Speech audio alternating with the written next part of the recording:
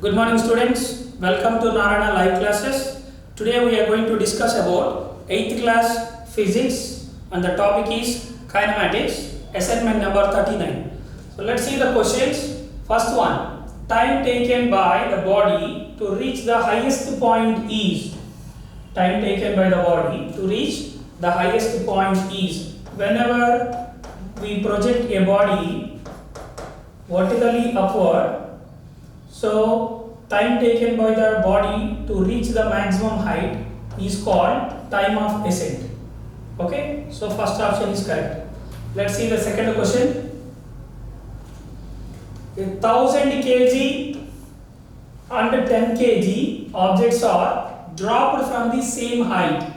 Okay, then the ratio of acceleration of fall of two bodies is, whenever we drop an object so as a free fall, so u is equal to 0, and while it is going in the downward direction, the acceleration attained by the body is called acceleration due to gravity, and the acceleration due to gravity value is independent of mass of the object. So g value does not depends upon mass of the object. So whether it is 1000 kg or 10 kg, for both the freely falling bodies, acceleration due to gravity value is same. That's why both will have the same acceleration. So 1:1 is answer. First option is correct. So let's see the third question. When a body is projected vertically upwards, its velocity. So this is the ground, and from the ground, whenever we project an object with a velocity u, while it is going in the upward direction, it is going against to the gravitational force. Due to that, its speed continuously decreases, and while reaching the maximum height, at a point of maximum height, its final velocity will become 0. So while it is going in the upward direction, its velocity decreases. Second option is correct. So let's see the fourth question. A car is initially at rest. Okay, so u is equal to 0. Starts with a uniform acceleration, means acceleration is constant, and gains a velocity of 20 meter per second. So the velocity v is equal to 20 meter per second. The displacement of the car in 4 seconds. So time is equal to 4 seconds, and he is asking to find out what is the displacement of the car. So let's take the displacement equation, students. We know that s is equal to ut plus half at square. Okay, since we don't know the acceleration, so we can do a small derivation.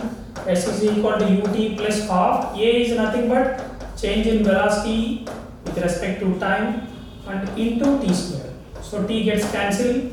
Then you can substitute the values. You will get the displacement. S is equal to initial velocity is 0 and the time is 4 seconds, so 1/2 into change in velocity, that is nothing but 20 minus 0 into time, it is 4 seconds.